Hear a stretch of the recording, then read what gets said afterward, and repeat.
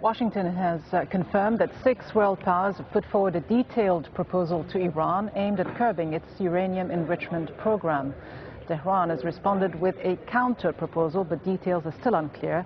The 5 permanent members of the UN Security Council plus Germany are meeting Iranian negotiators in Baghdad. Iran insists its uranium enrichment program is for peaceful purposes, but Western leaders fear it is developing a nuclear weapon.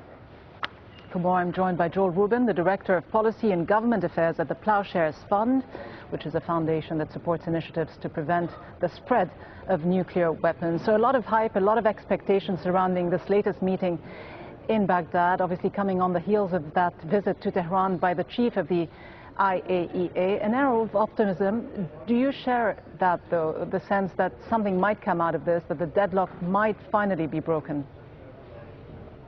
The good news coming out of Baghdad is that they're talking and that they're continuing to talk. There's a real desire, it appears, from the ground and from sources there that these conversations will continue, they will go on to a next round, and that concrete proposals are being discussed. As you mentioned, coming on the heels of the IAEA's interactions with the Iranians, this implies that they are having serious discussions about how to come to some agreement to tone down the concerns that are out there in the international community. And yes, this is progress.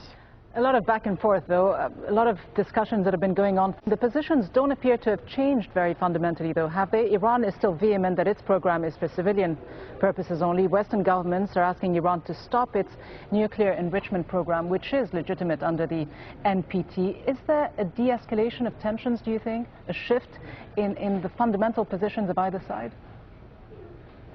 The key in this discussion is when they get to the table and are behind closed doors, who's willing to compromise and at what level.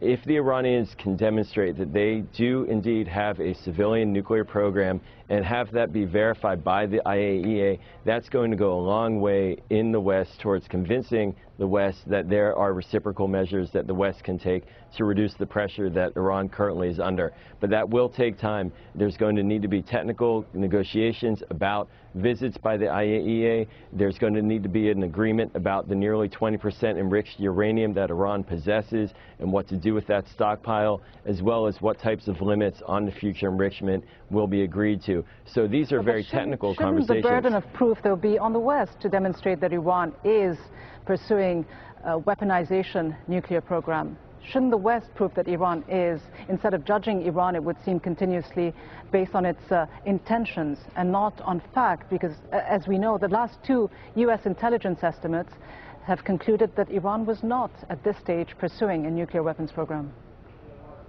Yes, the international community, the American intelligence agencies, even Israeli intelligence have stated that Iran is not at this stage pursuing a nuclear weapon. At least they have not made a decision to do so. And so there is time for negotiations to proceed. The key now is to get the international community and through the IAEA, which has broad oversight of nuclear weapons and nuclear policy, to really verify that this is the case, that the fatwa issued by the Supreme Leader arguing weapons are a cardinal sin, that really is the basis for the Iranian nuclear program. That will go a long way towards reducing tensions and changing the dynamic of the relations right now between Iran and the West. And as we see in Baghdad, there is a discussion now underway about how to get an agreement that both sides can bring back to their respective capitals and sell. Make it work here in Washington. That's key for the Obama administration. And likewise, as we saw in 2009, when Iran had a deal, they were not able to sell it in Tehran. That can't happen again. Rubin, Director of Policy and Government Affairs at the Ploughshares Fund in Washington, thank you.